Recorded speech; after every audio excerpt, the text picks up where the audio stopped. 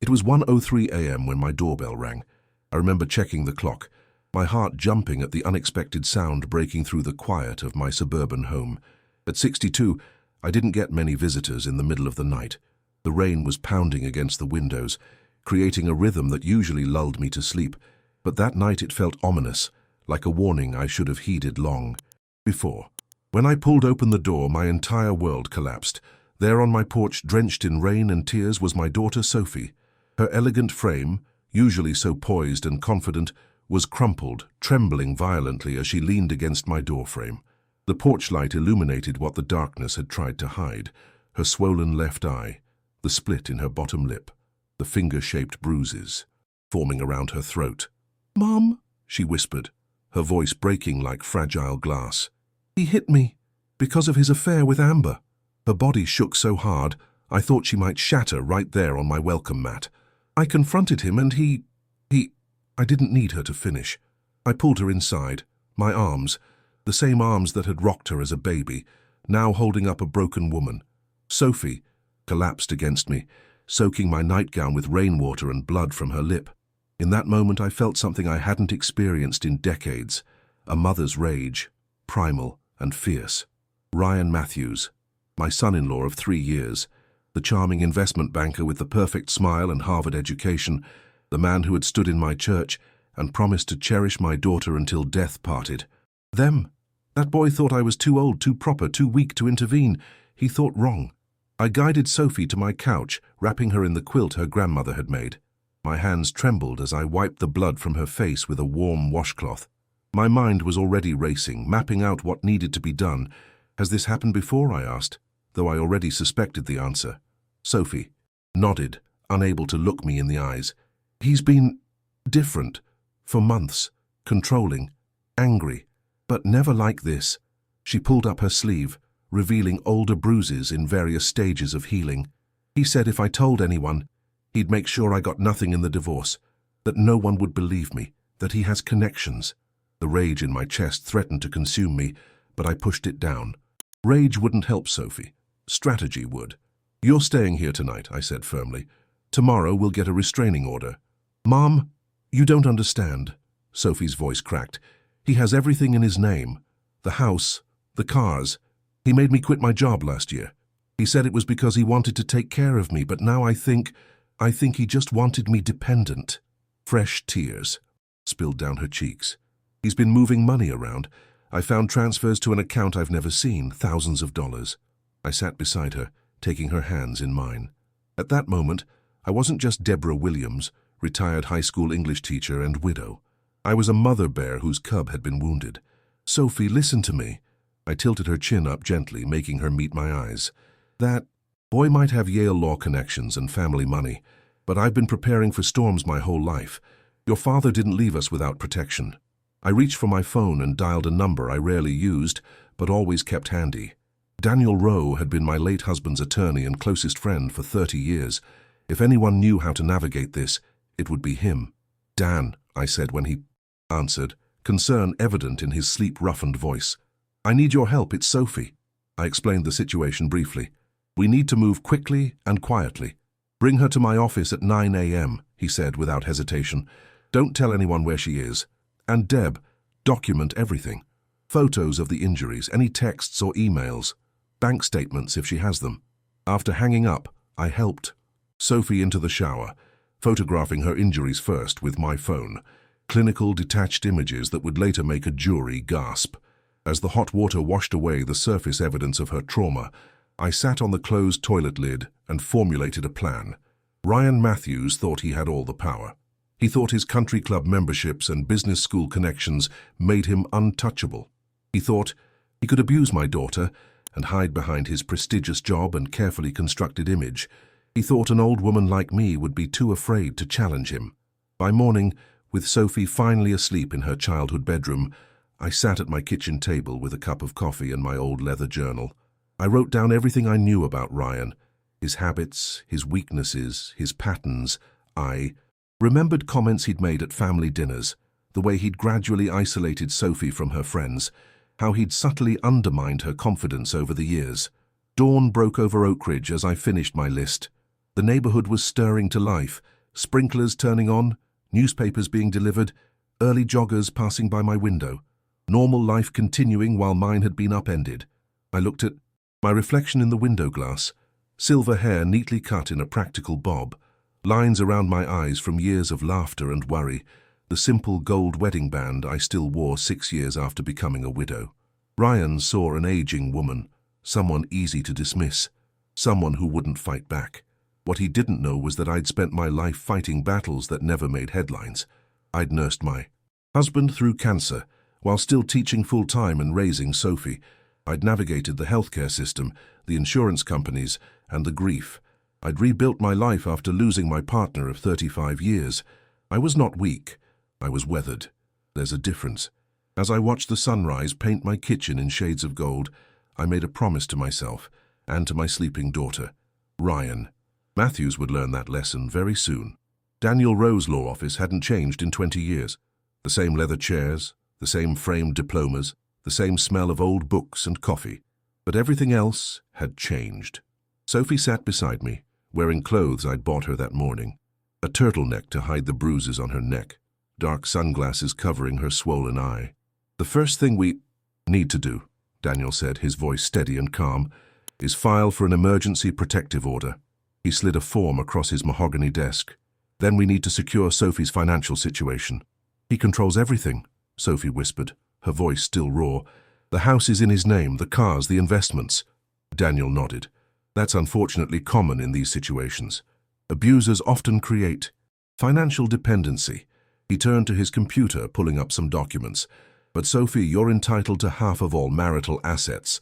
And if we can prove he's been hiding money or transferring assets in bad faith, especially in anticipation of divorce, the court will not look kindly on that." "I saw transfers to an account I didn't recognize," Sophie said. "Large amounts, at least twice a month." "For the past 6 months. Can you access your joint accounts online?" Daniel asked. Sophie nodded hesitantly. "I have the passwords, but he checks the login history. He'll know if I look."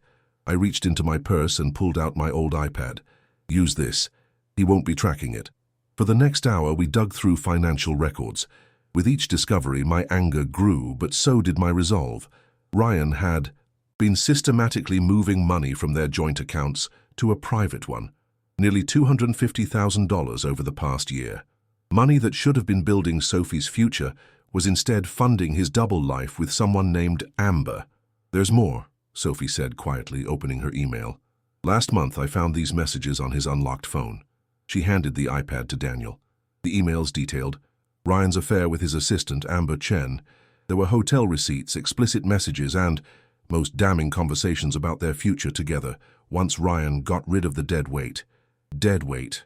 My beautiful, brilliant daughter.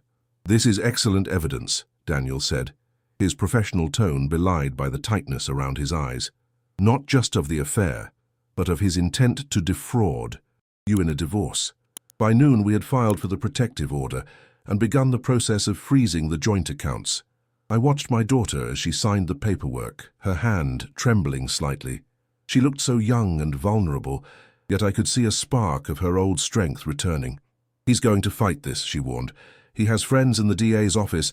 His college roommate is Judge Pearson's son. Let him fight," I said, surprising myself with the steel in my voice. "We have truth on our side."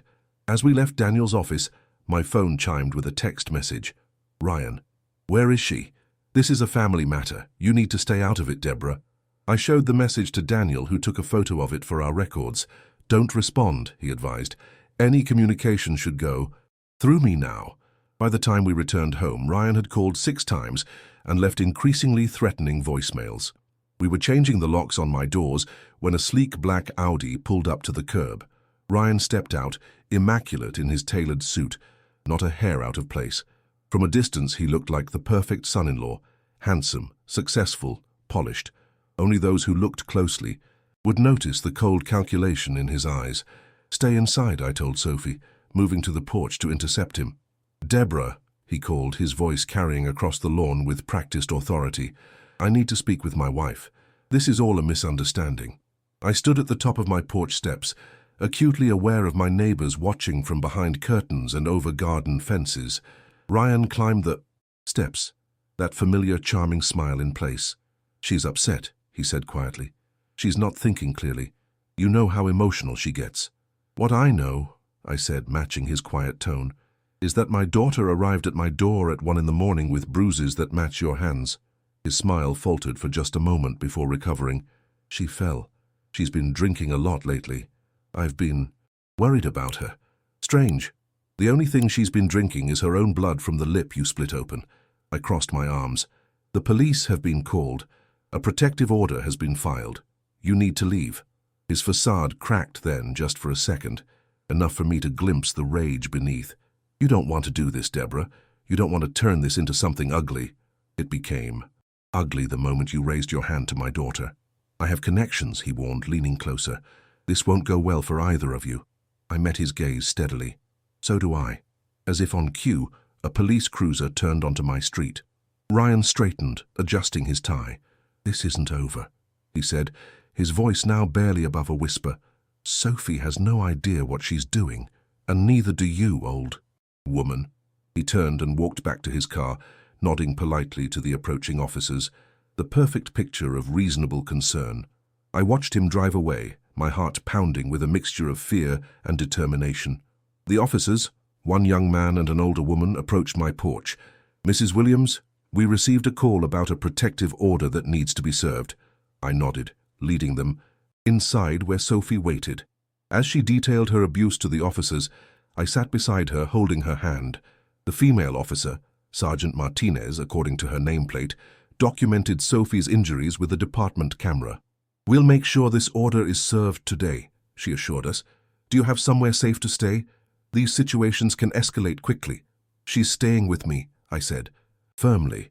After the officers left, Sophie collapsed onto the couch, exhaustion evident in every line of her body. "He's not going to stop, Mum," she whispered. "You don't know him like I do. When he wants something, he gets it. And right now, he wants to punish me." I sat beside her, brushing her hair back from her forehead, the way I used to when she was a little girl with fever or nightmares. "Neither will we," I promised. "Get some rest. Tomorrow we start building our case." That night, as Sophie slept in her childhood bed, I sat in my study, reviewing the financial documents we'd printed. With each page, the picture became clearer. Ryan had been planning his exit for months, systematically hiding assets while presenting the perfect husband to the world. What he hadn't planned for was me, a mother with nothing to lose and everything to fight for. As the clock struck midnight, I closed the folders and made a decision. This wouldn't be settled with threats or intimidation. This would be settled in court, where the truth, all of it, would finally come to light. Ryan Matthews thought he was fighting a battered wife and her aging mother. He was about to discover he was facing two women who had found their breaking point and their strength. The weeks following Sophie's arrival were a carefully orchestrated dance of legal maneuvers and evidence gathering. Ryan, true to form, had hired Blackwell and Associates, one of the most expensive law firms in the state. Their first move was predictable, painting Sophie as unstable, claiming she had fabricated the abuse allegations after discovering his brief indiscretion with Amber. "They're requesting psychiatric evaluations," Daniel informed us during our morning meeting at his office. "They're suggesting Sophie has a history of emotional instability." Sophie's face went pale. "That's not true." "Of course it's not," I said, squeezing her hand. "But it's a standard tactic. Discredit the victim." Daniel nodded. "We anticipated this, which is why we've been documenting everything so meticulously." He turned to Sophie. "The medical records from the emergency room, combined with the officer's report and photographs, provide compelling evidence of the physical abuse." What Ryan didn't know was that while he was busy crafting his narrative through expensive lawyers, I was building a network of my own. I reached out to Marianne Cooper, who had taught psychology with me before her retirement. She now worked part-time as a counselor for domestic violence survivors. "The pattern is textbook," Marianne told us after reviewing Sophie's timeline of events. "The isolation from friends and family, the financial control, the gradual escalation of emotional abuse before it became physical." With Marianne's help, Sophie began attending support group sessions twice weekly. I watched my daughter slowly reclaiming her voice, her confidence returning in small increments as she connected with other women who understood her experience. Meanwhile, I focused on the financial trail. My late husband James had been an accountant, and during our 35 years together, I'd absorbed more than a passing knowledge of financial forensics. Ryan's money transfers, while cleverly disguised, left traces. I spent hours at my dining room table with bank statements spread before me, tracking patterns and inconsistencies. Sophie would occasionally join me, pointing out transactions she remembered questioning. He always said it was for investments, she explained, pointing to a series of large withdrawals. When I asked for details, he'd say I wouldn't understand, that I should trust him to handle our finances. The breakthrough came on a rainy Thursday afternoon. Sophie had been staying with me for nearly 3 weeks when she received an email from her former neighbor, Carol Winters. "Sophie, I've been worried sick about you," the message read. "I saw what happened that night. I have security cameras on my porch that face your driveway. I didn't know if it would help, but I saved the footage. Call me if you need it." My hands trembled as I dialed Carol's number. Within hours, we had video evidence of Ryan dragging Sophie from her car the night before she fled to my house. The timestamp matched perfectly with the bruises documented at the hospital. "This changes everything," Daniel said when we showed him the footage the next day. "Visual evidence is powerful in court. Juries respond to it viscerally. But our most significant discovery came through an unexpected source. The following weekend, while Sophie was at her support group, I received a call from a number I didn't recognize. "Mrs. Williams?" a young woman's voice asked hesitantly. "My name is Tessa Liu. I work at Meridian Bank. With Ryan Matthews, we need to talk." We met at a quiet cafe 20 miles outside of town. Tessa was young, probably mid-20s, with nervous eyes that darted around the cafe as if expecting Ryan to appear at any moment. "I shouldn't be doing this," she said immediately, clutching her coffee cup. "I could lose my job, but I can't stay silent anymore." Tessa had been Ryan's administrative assistant for 2 years. During that time, she had witnessed his relationship with Amber develop, but more importantly, she had processed paperwork for several suspicious transactions. "He's been moving client funds through temporary holding accounts before transferring them to their final destinations," she explained.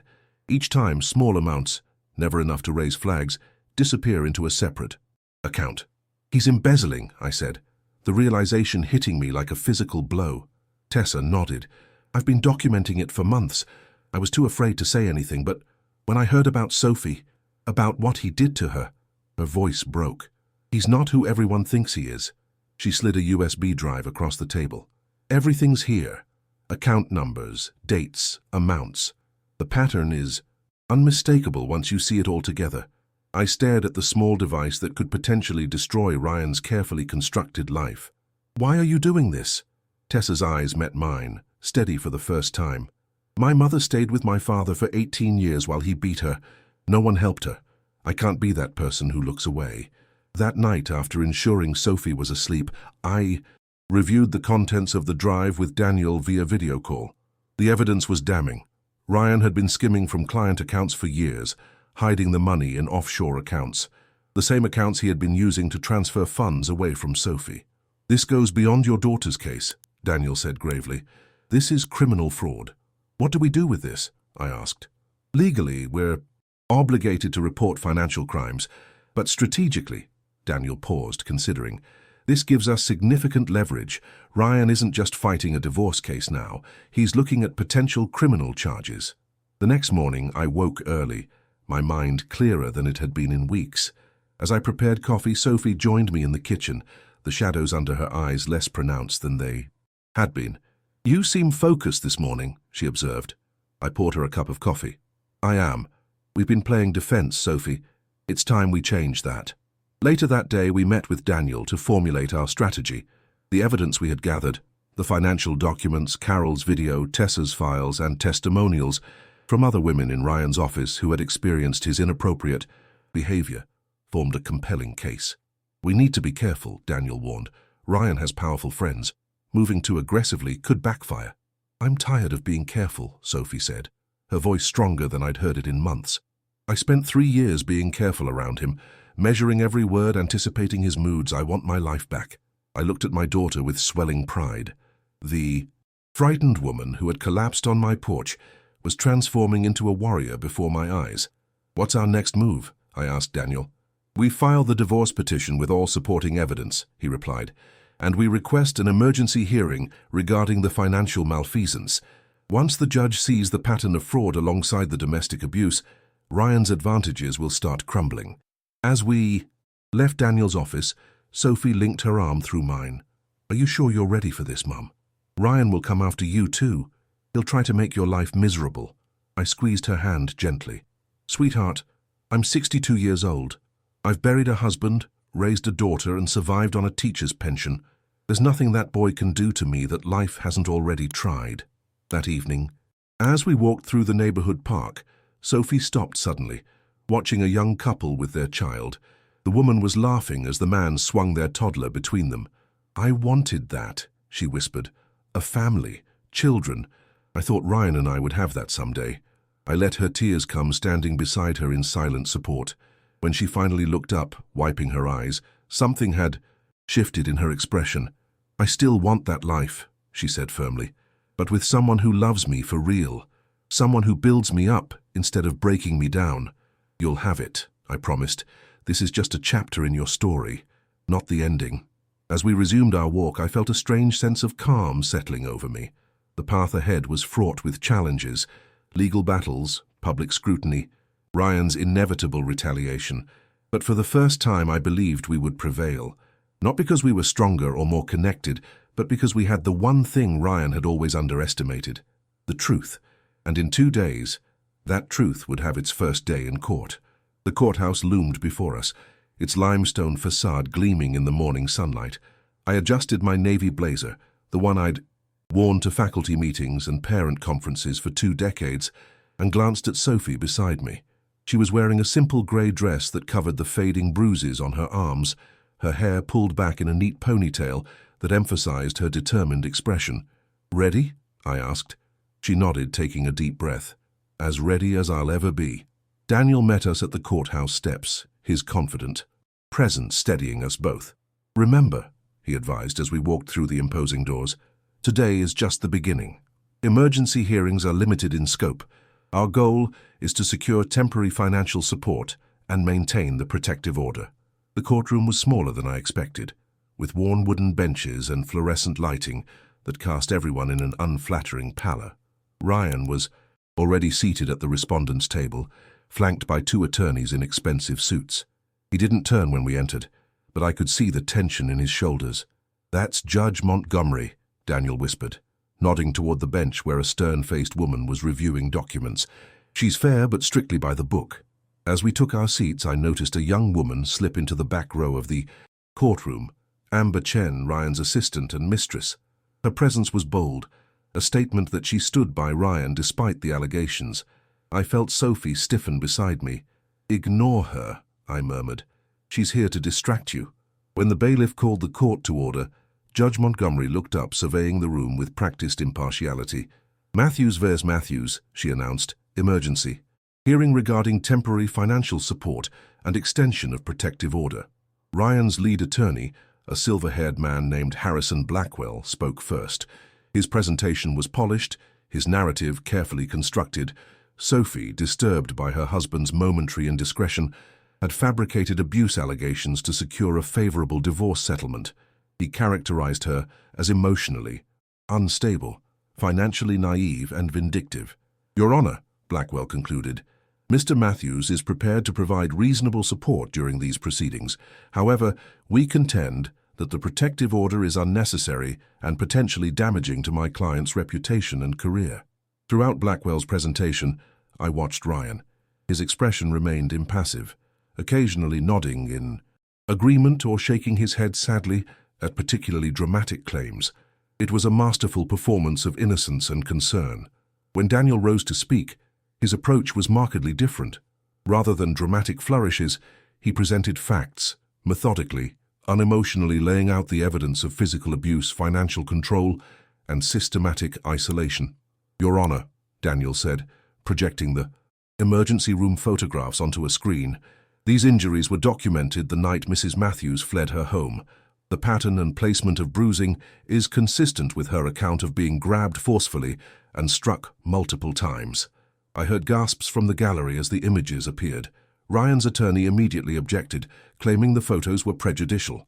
Judge Montgomery overruled him. "The court needs to see the basis for the protective order. she stated firmly. Continue, Mr. Rowe. Daniel then introduced Carol Winter's security footage, which clearly showed Ryan dragging Sophie from her car and shoving her toward their house. The timestamp matched the date of her emergency room visit. Additionally, Your Honor, Daniel continued, we have evidence that Mr. Matthews has been systematically removing funds from joint marital accounts in anticipation of divorce proceedings. He presented the financial documents we had compiled, highlighting the suspicious transfers and the pattern of financial isolation Sophie had endured. Throughout Daniel's presentation, I noticed Judge Montgomery's expression shift from professional neutrality to something harder. When she looked at Ryan, her gaze was penetrating, assessing. When both attorneys had finished their presentations, Judge Montgomery called Sophie to testify. I squeezed her hand as she rose, walking to the witness stand with quiet dignity. Under oath, Sophie recounted the gradual escalation of Ryan's controlling behavior, the emotional abuse that preceded the physical violence, and her fear of financial destitution if she left. Ryan's attorney cross-examined her aggressively, attempting to paint her as unstable and manipulative. I watched my daughter endure the questioning with remarkable composure, answering truthfully and directly, despite the attorney's attempts to confuse her. Mrs. Matthews, Blackwell pressed, isn't it true that you became enraged when you discovered your husband's relationship with Ms. Chen? That you attacked him and he merely defended himself? Sophie looked him directly in the eye. No, sir, I confronted him about the affair and the missing money. He responded by grabbing me by the throat and telling me I was nothing without him. Then he hit me repeatedly. When Ryan took the stand, his testimony was a study in controlled emotion and strategic vulnerability. He admitted to the affair with apparent remorse, but categorically denied any physical abuse. The financial transfers, he claimed, were legitimate investments he had made to secure their future. I may have made a mistake in my personal life, he said, his voice breaking convincingly, but I have never and would never harm Sophie physically. I love her.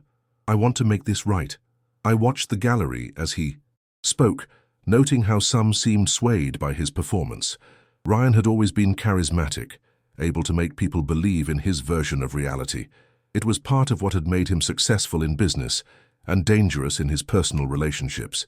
After both sides had presented their cases, Judge Montgomery called a brief recess to review the evidence.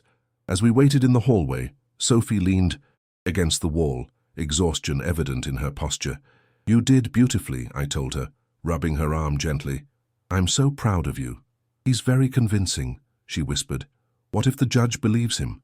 The evidence speaks for itself, Daniel assured her, and Judge Montgomery is known for seeing through performances. When court reconvened, Judge Montgomery's decision was clear and decisive. Based on the evidence presented, I'm extending the protective order for 90 days. Mr. Matthews is to maintain a distance of at least 500 feet from Mrs. Matthews and her residence. She fixed Ryan with a stern look. Additionally, Mr. Matthews is ordered to provide temporary spousal support in the amount of $5,000 monthly and to cease all transfers from joint accounts pending final. To divorce proceedings. I felt Sophie's hand grip mine tightly as the judge continued. Furthermore, I am freezing the contested accounts until a full accounting can be performed. The court takes very seriously both the allegations of domestic abuse and the apparent attempt to hide marital assets. Ryan's face remained composed, but I could see the muscle twitching in his jaw. His attorney leaned over, whispering urgently in his ear. As we left the courthouse, reporters had gathered on the steps, alerted to the high-profile case involving a prominent investment banker. Daniel skillfully guided us through the crowd, offering only a brief statement. Today's ruling is a first step toward justice and safety for my client. We trust the legal process to reveal the full truth in this matter. In the car, Sophie finally allowed herself to cry. Not tears of despair this time, but of relief. I can't believe we won, she whispered. This was just the first skirmish, I reminded her gently. Ryan won't give up easily. Indeed, as we pulled away from the courthouse, I glimpsed Ryan and his attorneys huddled in conversation, their expressions grim and determined. This victory had wounded Ryan's pride and threatened his carefully constructed public image. His retaliation would be swift and calculated. That evening, as predicted, the counterattack began. Ryan gave an exclusive interview to a local news channel, portraying himself as a devoted husband, blindsided by false accusations. He spoke of his deep concern for Sophie's mental health and his hope for reconciliation. Sophie watched the interview in silence, her face unreadable. When it ended, she turned to me. 3 months ago, I would have believed him. I would have questioned my own reality. That's how abusers operate, I said. They make you doubt yourself. She nodded slowly. Not anymore. She reached for my hand. We have the truth on our side, don't we, Mum? Yes, I assured her, thinking of Tessa's evidence still. Securely stored, our ace card not yet played. And the truth always finds its way to the light. The weeks following our initial court victory should have brought relief. Instead, they ushered in a new phase of Ryan's campaign against Sophie, and now, against me. The morning after Judge Montgomery's ruling, I awoke to find my email inbox flooded with messages from former colleagues and friends. Deborah, is everything okay? I saw the news. I had no idea Sophie was going through this. Ryan just called me. He's worried about you both. Ryan had launched a whisper campaign, reaching out to our social circle with a carefully crafted narrative. Sophie was experiencing a mental breakdown, and I, in my maternal overprotection, was enabling her delusions instead of getting her proper help. Classic Davo, Marianne explained when I called her, referring to the tactic, deny, attack, reverse victim and offender. He's positioning himself as the concerned husband while undermining Sophie's credibility. His strategy was insidious and effective. People we had known for years began looking at us differently, with concern, confusion, or worse, pity. At church, conversation would halt. When we entered a room, at the grocery store, acquaintances would offer awkward, vague support without meeting our eyes. It's working, Sophie said bitterly one evening, scrolling through social media. Look at this. She showed me a post from Ryan, a carefully filtered photo of him volunteering at a women's shelter captioned, "Supporting those truly in need. Violence against women must stop. Be the change." The comment section overflowed with support, many specifically mentioning how unfair his current situation was, how brave he was to continue his charitable work despite everything. "He's never volunteered a day in his life," Sophie whispered, her voice breaking. "He once laughed when I suggested we donate to a domestic violence program." I took her phone gently. "That's enough social media for tonight." The professional attacks came next. Daniel called early one morning, his voice tight with controlled anger. "They've filed a motion questioning your mental competence, Sophie. They're claiming your mother has undue influence over you due to her own history of anxiety." I nearly dropped the phone. "What history of anxiety? I've never been diagnosed with anything." "They're referencing your grief counseling after James died, claiming it indicates a pattern of mental instability that Sophie has inherited." The violation felt physical, Ryan using my husband's death as a weapon against us. I had attended 6 sessions with a grief counselor after James passed, a normal, healthy response to loss. Now it was being twisted into evidence of instability. Sophie's face hardened when I told her. "He's playing dirty now." "Yes," I agreed, "which means he's afraid." Our strategy shifted in response. If Ryan wanted to fight in the court of public opinion, we would focus on the court of law, where evidence, not perception, would determine the outcome. Daniel filed a motion for expedited discovery, focusing specifically on the financial evidence. Meanwhile, I reached out to Tessa Liu again. We met in the same cafe, but this time Tessa seemed more resolved, less frightened. "It's gotten worse at the bank," she confided. "Ryan's been working late, accessing files he normally wouldn't touch. I think he's trying to cover his tracks. Would you be willing to testify?" I asked directly. She hesitated, twisting her napkin. "I could lose everything. My career, my reputation." "I understand," I said gently, "but Sophie could lose much more." 2 days later, Tessa called me. "I'll do it," she said simply. "But not just for Sophie. For me, too. I'm tired of being afraid." With Tessa's testimony secured, we expanded our investigation. Daniel brought in a forensic accountant who meticulously traced Ryan's financial maneuvers, building a comprehensive picture of his fraudulent activities. "It's impressive in a disturbing way," the accountant told us, pointing to the intricate web of transfers. "He created a parallel financial structure, siphoning money from legitimate accounts through a series of temporary holdings, then dispersing it to offshore accounts in increments small enough to avoid automatic flags." As our case strengthened legally, Ryan escalated his personal attacks.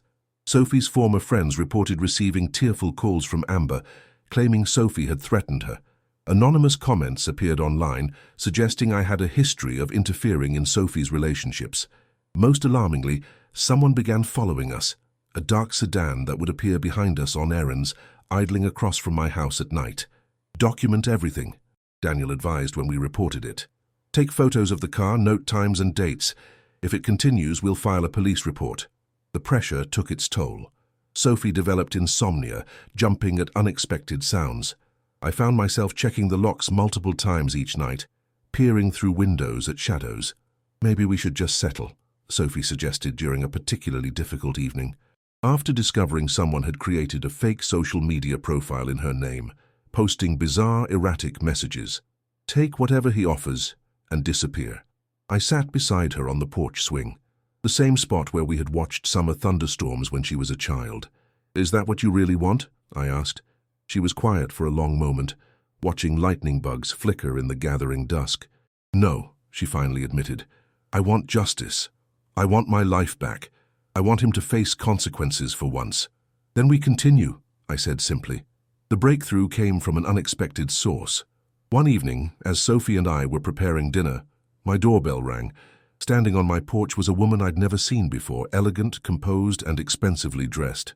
"Mrs. Williams? My name is Eleanor. Matthews. Ryan is my son." I stood frozen, uncertain whether to invite her in or close the door. Sophie appeared behind me, equally shocked. "Please," Eleanor said softly, "I need to speak with you both." Over tea in my living room, Eleanor Matthews revealed a story that filled in the missing pieces of Ryan's character.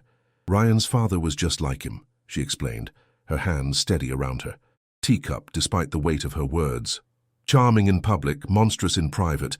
I stayed for 20 years believing I could change him, protect Ryan from becoming like him." Her eyes, so similar to her son's, filled with regret. "Instead, I taught my son that behavior was acceptable." She reached into her designer handbag, removing a thumb drive. "These are copies of records I've kept over the years. Bank statements showing transfers to women who threatened lawsuits against Ryan for harassment, medical records from Ryan's childhood, documenting my own injuries, always explained away as accidents, and correspondence between Ryan's father and their attorney discussing how to hide assets during our eventual divorce." I stared at the small device, understanding its significance. "Why are you giving us this?" Eleanor met my gaze directly. "Because the cycle has to stop. Because I failed to protect Ryan from becoming his father, but perhaps I can protect others from my son." She turned to Sophie. "I should have come forward when he married you. I saw the signs, but I told myself it was different, that he had changed." Sophie's eyes filled with tears. "You couldn't have known." "Mother always knows," Eleanor replied, her voice breaking slightly. "I just chose not to see."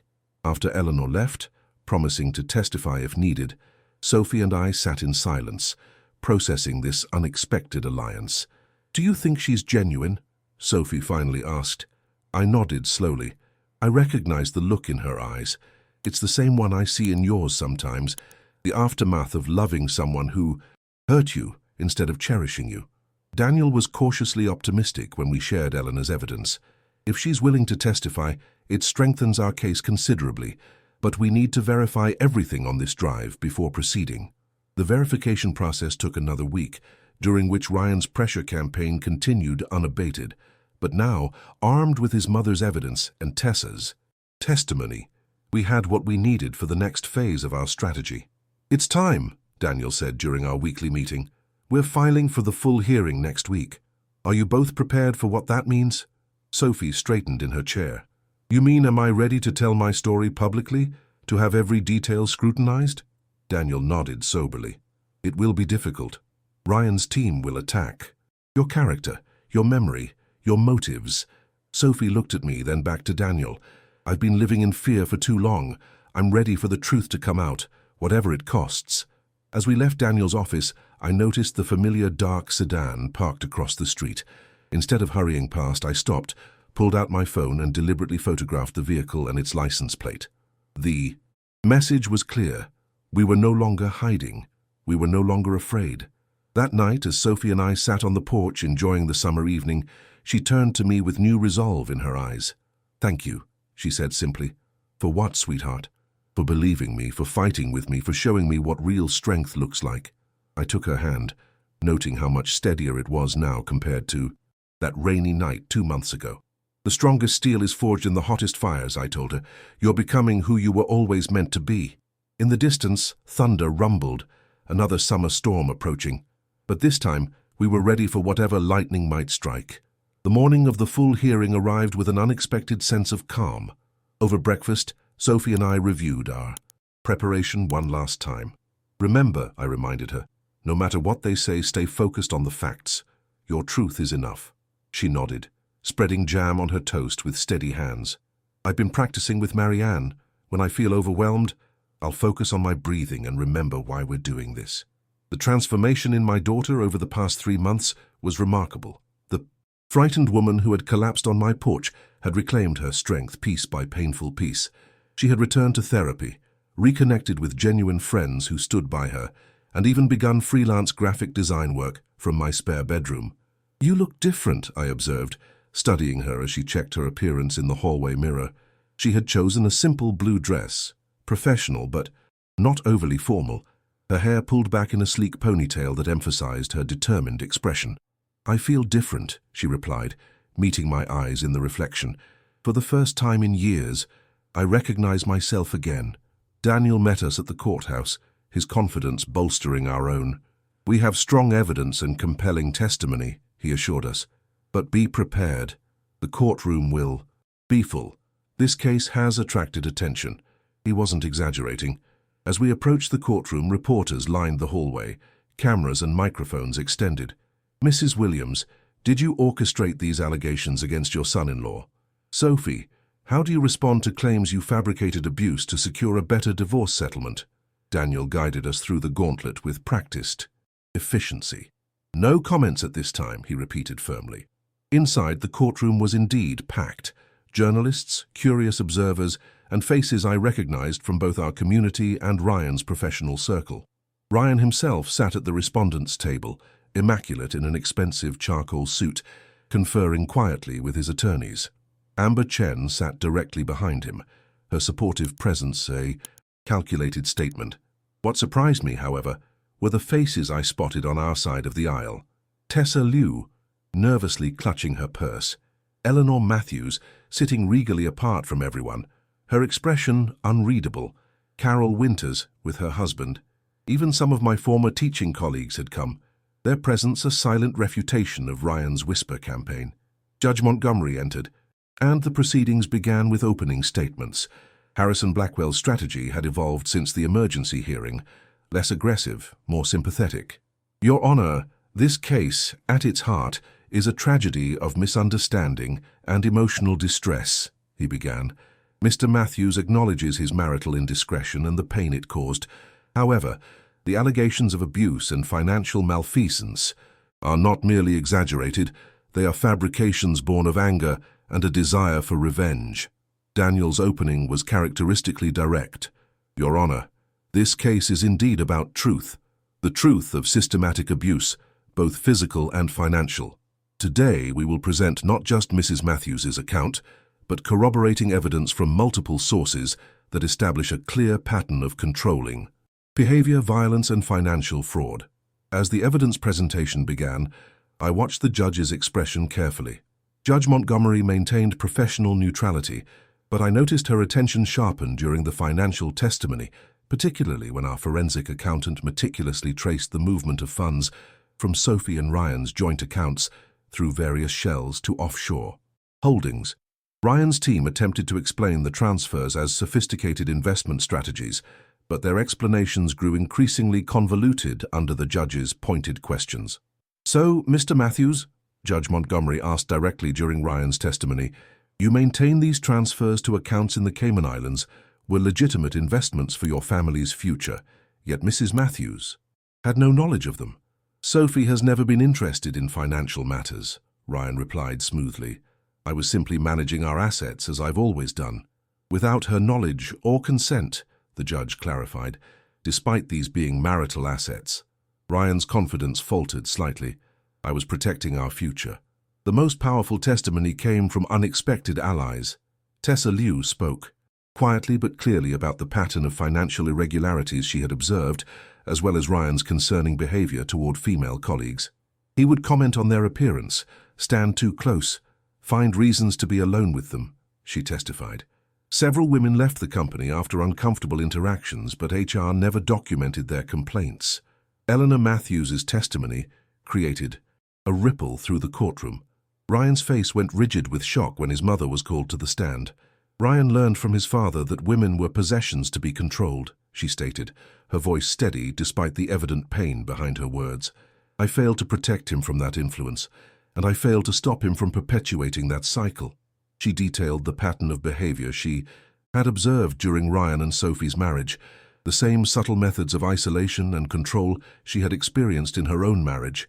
At family gatherings, he would criticize Sophie's comments, then laugh it off as a joke.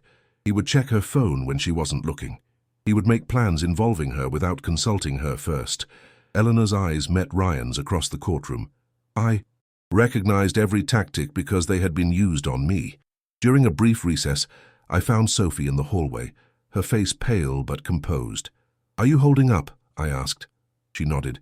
It's strange, hearing everyone talk about my life like this, but it's also validating. For so long I thought I was crazy, imagining things. She squared her shoulders. I'm ready to testify. Sophie's testimony was the heart of the case. For nearly 2 hours, she detailed the evolution of her relationship with Ryan, from charming courtship to subtle control to outright abuse. She spoke clearly and directly, even when describing the most painful incidents. The night I came to my mother's house, she recounted, Ryan had discovered I'd been looking at our bank statements. He accused me of spying on him, of not trusting him. When I mentioned the transfers and asked about Amber, her voice faltered momentarily. He grabbed me by the throat and said, "You're nothing without me, remember that." Ryan's attorney cross-examined her aggressively, trying to find inconsistencies in her testimony. Sophie remained steady, answering truthfully even when the questions became increasingly personal and invasive. Mrs. Matthews, isn't it true you've been prescribed medication for anxiety in the past? Blackwell pressed. Yes, Sophie acknowledged. After my father died when I was in college, and again recently, after fleeing my abusive marriage. And wouldn't you agree that medication might affect your perception of events? Sophie met his gaze directly. My medication helps me function despite trauma. It doesn't create false memories of being strangled by my husband. A murmur rippled through the courtroom. Judge Montgomery called for order, but I noticed several jurors nodding slightly in response to Sophie's answer. When Ryan took the stand, his performance was initially as polished as ever. He expressed deep regret for his affair, but categorically denied any abuse. I have never struck Sophie or any woman, he stated firmly. The night in question, we argued about my relationship with Amber, yes. Sophie became hysterical, threatening self-harm. I tried to calm her down, to prevent her from leaving in that state. Any physical contact was solely to protect her. However, Daniel's cross-examination methodically dismantled his narrative, using the security footage, financial records and testimony from multiple witnesses.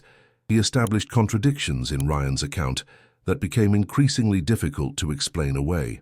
Mr. Matthews, Daniel asked, displaying a series of bank statements, can you explain why you transferred exactly $2,500 to this particular account on the first of every month for the past year? Ryan shifted in his seat. As I've stated, those were investments. Interesting, because this account, Daniel continued, displaying additional documents, is registered to Amber Chen personally, not to any investment entity. The courtroom fell silent. Ryan glanced toward his attorneys, who looked equally surprised by this revelation. As the day's proceedings concluded, I felt a cautious optimism. The evidence was substantial, the testimony compelling, but Ryan Matthews had resources and connections we couldn't match. The outcome remained uncertain. In the courthouse parking lot, Eleanor Matthews approached us. You did well today, she told Sophie quietly. I should have spoken up sooner. Sophie hesitated, then embraced her mother-in-law briefly. Thank you for speaking up at all. I know how difficult it must be. Eleanor's composure cracked slightly. When this is over, perhaps we could talk. Not about Ryan, but just as family. As Eleanor walked away, Sophie turned to me with tears in her eyes. Even after everything, I still keep finding pieces of good in the wreckage. That night, As we prepared for the final day of hearings, my phone rang with an unknown number. I answered cautiously. "Mrs. Williams, this is Detective Sarah Gonzalez with the Financial Crimes Unit. We've received some concerning information regarding Ryan Matthews that may be relevant to your daughter's case. Could we meet tomorrow morning before court?" I looked at Sophie across the dining room table, hope and trepidation mingling in my chest. "Yes," I replied, "we'll be there." The pieces were falling into place. Tomorrow would bring the final confrontation and perhaps finally justice. Detective Sarah Gonzalez met us in a small conference room at the courthouse, her no-nonsense demeanor immediately putting us at ease.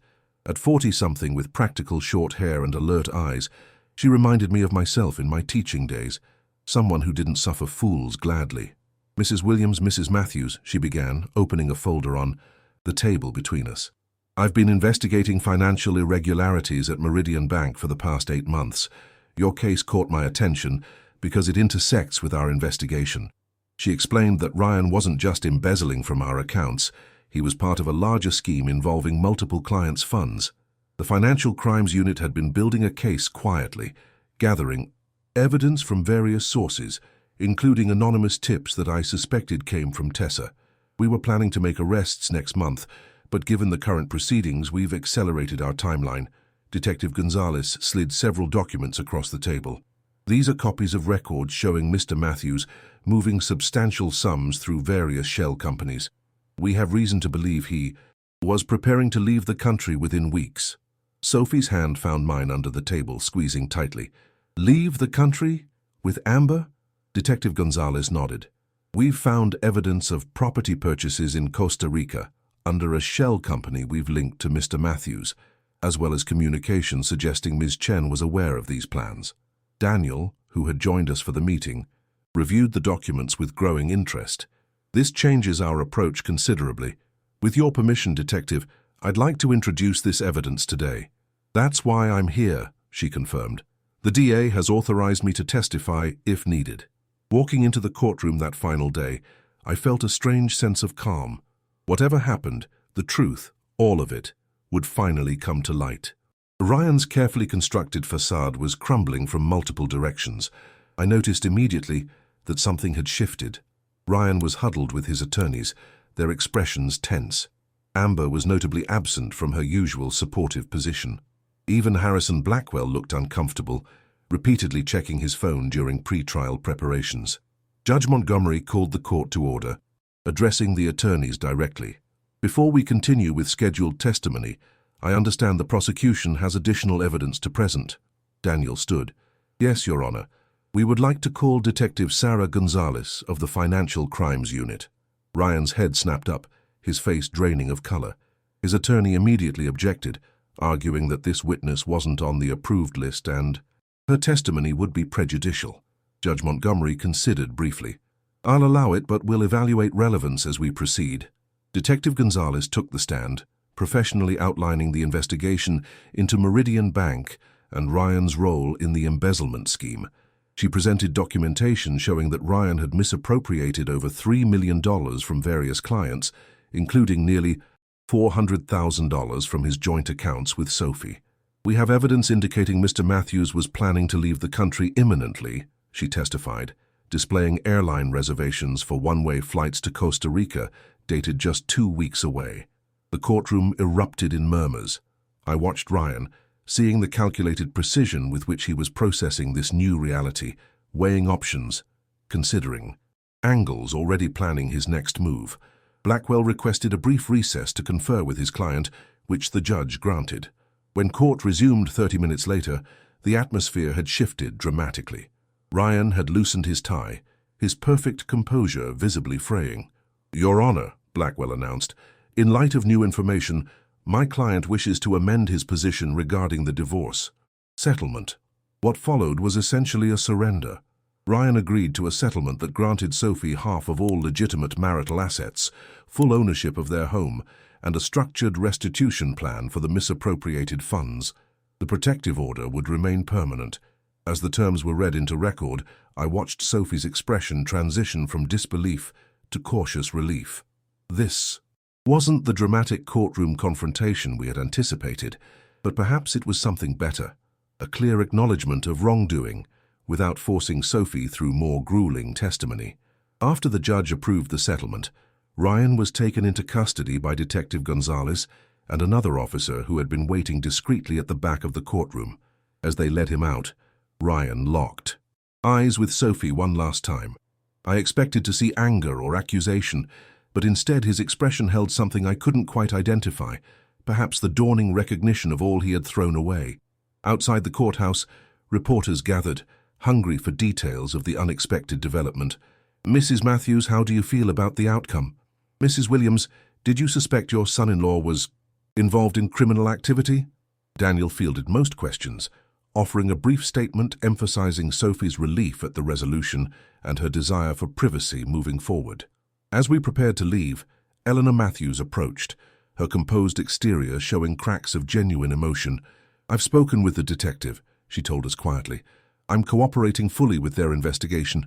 There may have been incidents in the past that could be relevant." Sophie embraced her spontaneously. "Thank you," she whispered, "for everything." That evening we celebrated quietly at home, just Sophie, myself, and Daniel, who had become more than our attorney over these difficult months. We ordered pizza, opened a bottle of wine, and allowed ourselves to finally breathe without the weight of uncertainty. "It doesn't feel real yet," Sophie admitted, curled up in the corner of the sofa. 3 months ago, I thought I'd lost everything, that I'd never be free of him." "The criminal case is just beginning," Daniel reminded us gently. "There will still be difficult days ahead. Testimony, perhaps a trial." I nodded, understanding the road wasn't completely behind us. "But the difference is, now you're facing it from a position of strength, not fear." Sophie considered this, twirling her wineglass thoughtfully. "I keep thinking about something Dad used to say. The truth doesn't need defenders, just witnesses." The mention of James brought a bittersweet smile to my face. He would have been so proud of Sophie's courage, of her refusal to be silenced or diminished. He was right, I agreed.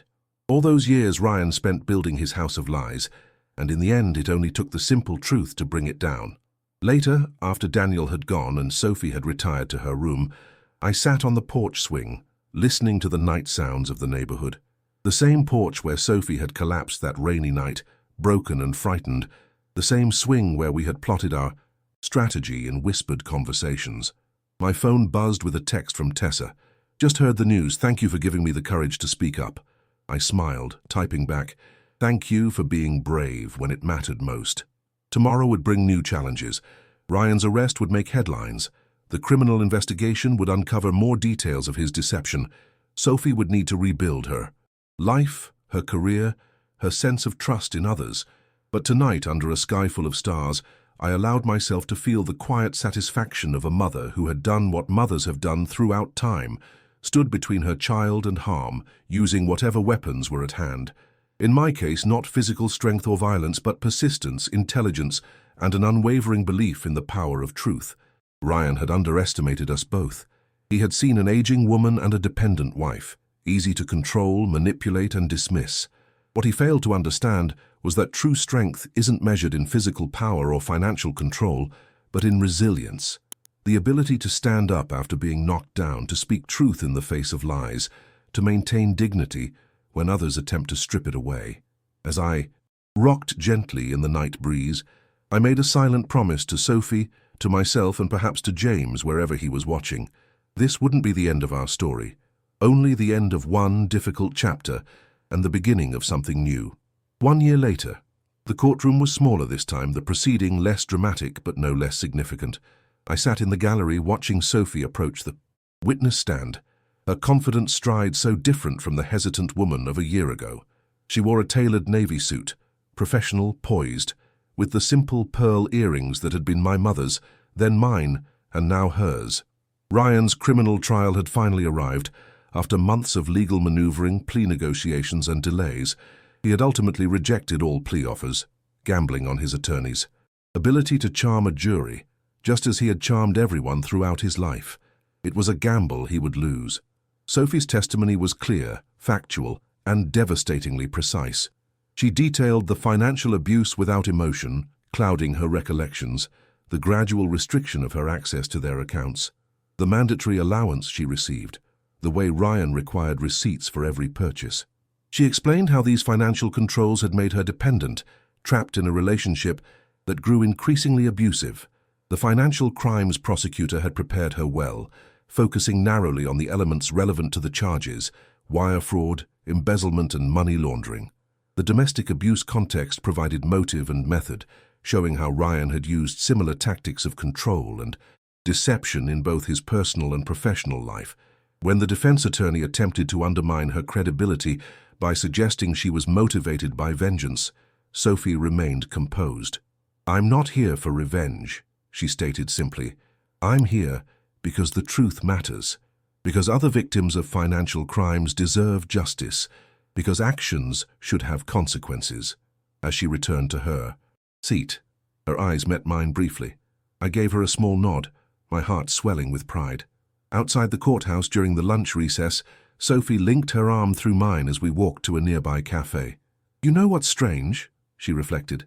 "A year ago, I was terrified of him, of his anger, his power, his connections. Now I just feel nothing. He seems smaller somehow." I understood exactly what she meant. Ryan's superficial charm, once so captivating, now appeared transparent and hollow when stripped of his position and influence. In his standard-issue jumpsuit, awaiting trial for months after his bail was denied due to flight risk, he had lost the carefully constructed aura that had once made him seem untouchable. "That's because you've grown," I told her. "When you stand at your full height, those who once seemed giants are revealed as merely human." The past year had been one of remarkable transformation. After the divorce settlement and the initial shock of Ryan's arrest, Sophie had faced the daunting task of rebuilding.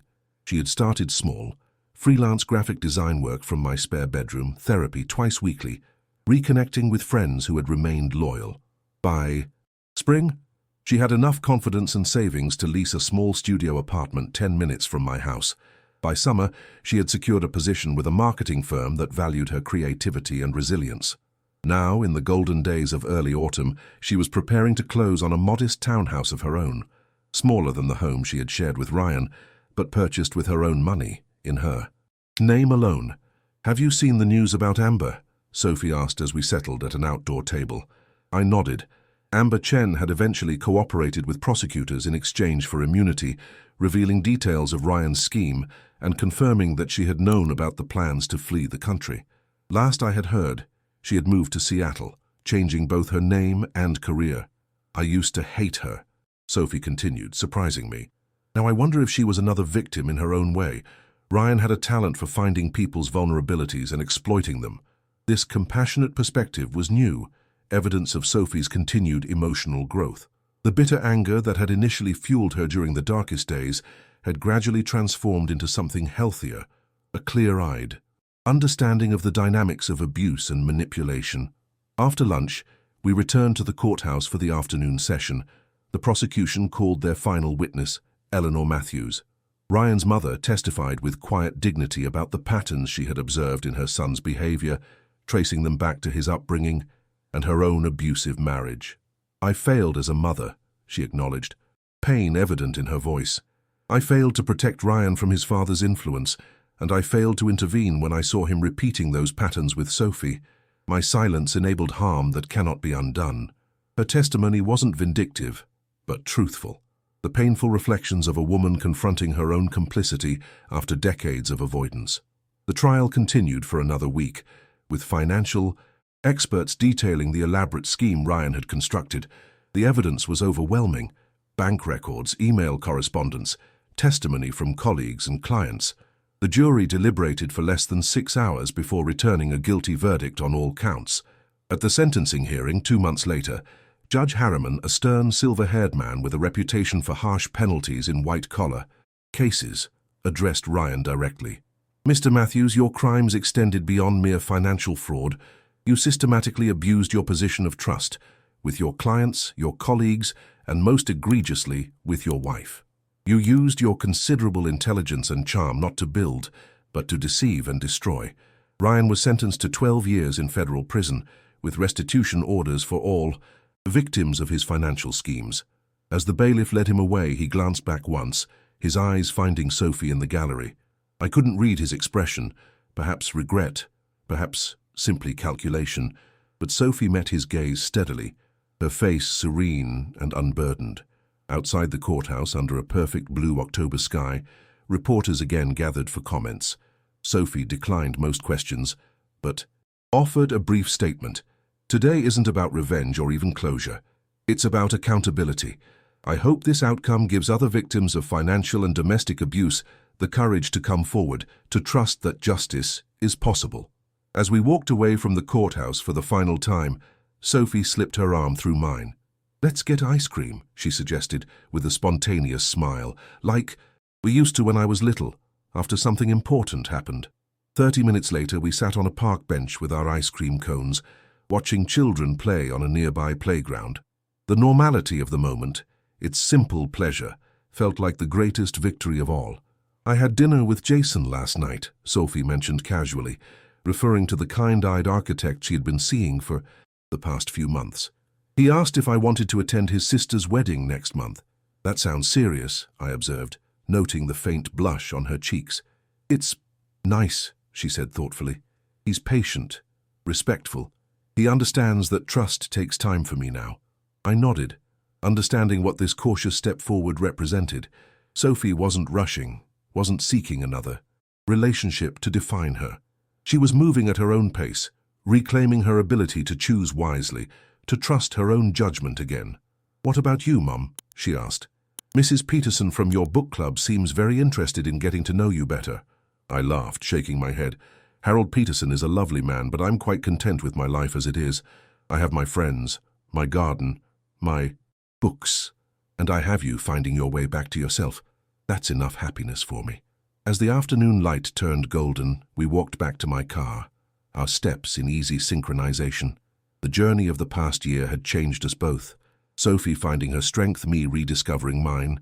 The nightmare that had begun on my porch that rainy night had evolved into something neither of us could have anticipated, a painful but ultimately transformative passage into new versions of ourselves. That evening, as we prepared dinner together in my kitchen, a ritual that had sustained us through the darkest days, Sophie paused, a thoughtful expression crossing her face. "You know, that night when I came to your door, I was so afraid, not just of Ryan, but of having to admit that my marriage was a lie, that I had been fooled completely." She looked up, meeting my eyes. "I thought you might say I told you so or be disappointed in me." "Never," I said firmly. "You were never the failure in that situation." She smiled, returning to chopping vegetables. "I know that now. But what I realized recently is that coming to your door that night wasn't my weakest moment. It was actually my strongest. It was the first time in years I chose truth over pretense, safety over fear." I considered her words, recognizing their wisdom. The bravest decisions often feel like surrender at the time. "Exactly," she agreed. "And walking into that courtroom in your best suit, with all that evidence, that was your moment of courage. Ryan thought he was facing a heartbroken daughter and a harmless old lady. He never saw us coming." I laughed, remembering the expression on Ryan's face when I had walked into court that first day, my grandmother's pearl pin securing the lapel of my best suit, a thick folder of evidence in my hands. The way his smirk had dissolved as understanding dawned, that the quiet, accommodating mother-in-law had methodically gathered the weapons that would dismantle his empire of lies. "We make a good team," I said simply.